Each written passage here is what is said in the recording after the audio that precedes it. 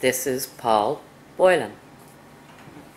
Alright guys, welcome back from your lunch. Hope you all had a good lunch. Yeah, Hope you all went for a walk and got the old blood pumping ready for the afternoon session, did you? Yeah. Alright, so just to kind of work in on the story so far, what we've done in the morning session is going to relate to the afternoon session. So what we were talking about was that you're, as a driver, you've got to look for stuff. Once you get the car moving, you've got to start looking for stuff to interact with. We were talking about them as being hazards. And we were saying that if you're driving and you're looking a certain distance in front of you, you're going to miss the information that's at the end of the road.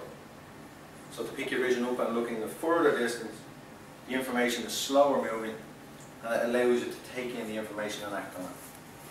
So what we were talking about was hazards, and we're going to look as an objective for moving hazards. We were discussing static hazards in the categories. So the objective for today is that we're going to, at the end of the course, to be able to identify 5 moving hazards.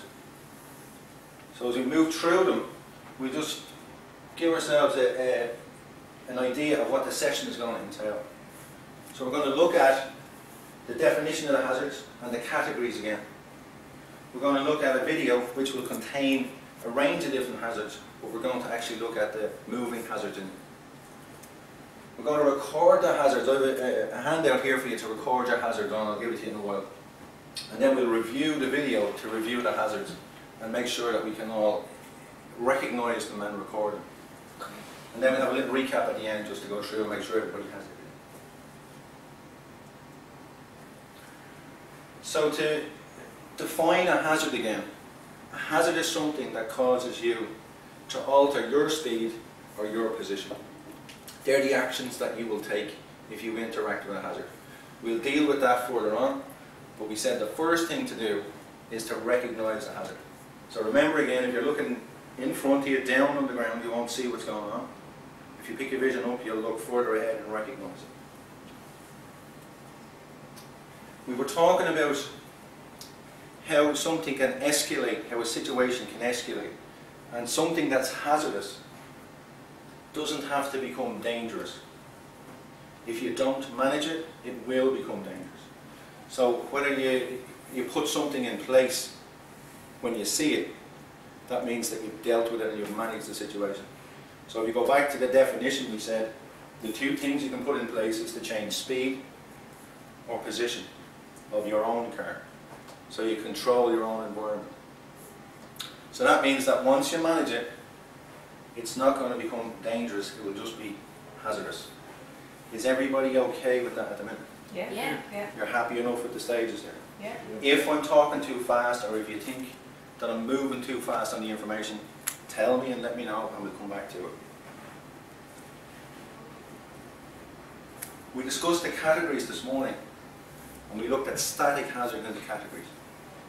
So the next category we're going to look at is moving hazards. There are other categories in road conditions and weather conditions, and they may well be in the video, but we're going to focus in on the moving because we'll move forward to the other categories in the next couple of sessions. Examples of moving hazards. I put a couple on the slides there, if you have a look at them. So pedestrians, cars, animals, cyclists. Is there any other types of moving hazards that you could think of there and don't have? Children. Children, absolutely. The danger that's involved in the child means they have no road sense. So it could be a major hazard for you to deal with. You know, any other types of moving hazards that you could think of? On a windy day, maybe a poster, especially election posters. Absolutely, Yeah. the post can blow across. Yeah. The bin on bin day can blow across on the road. Birds. Shopping trolleys aren't something. Birds that can fly out in front of you. Yeah. You know, a lot of people driving by golf course and all that, like vans have hit birds that have flown above the golf course and things like that. So you have the idea of what a moving hazard is. Footballs, kids hitting footballs. Absolutely. So when we move into anticipation, what you can see in recognising the football coming out, what do you think is coming next? Child. That's the anticipation that we're going to move into. But you haven't seen the child yet, you just know that that child is going to go next. But the ball can be the moving hazard to give you the links. So by recognising it early on, it means that you can start making the plan. And the two things you can adjust then are Speed. or. Position. So what I'm going to get you to do is have a look at your handout.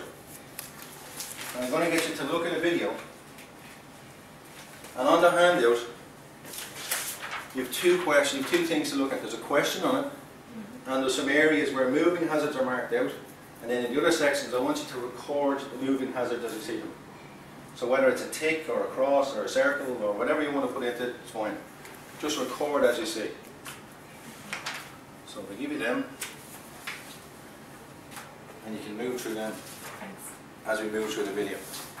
I'm going to show you the video, and we may look at it again if you want, to check through and pick out some hazards.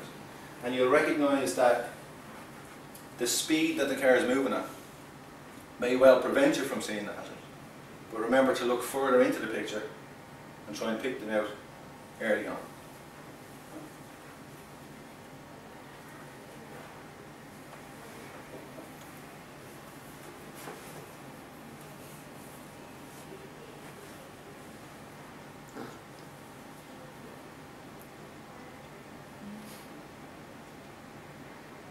Just record as you see them, any way you want.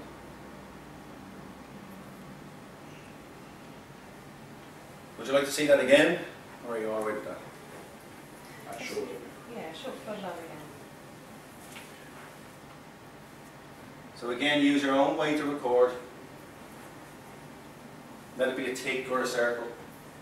And you're only looking for the moving hazards in the picture.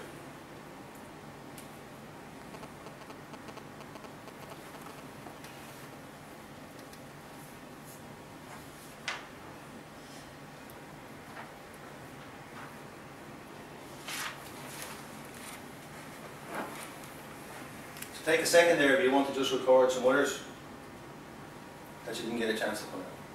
What we're going to do is go through the video again. And what I've done is I put on the video some subtitles on the video of hazards that I've seen. So check yourself and see, did you get the same hazards? Work out, is there different ones that I've seen than you've seen?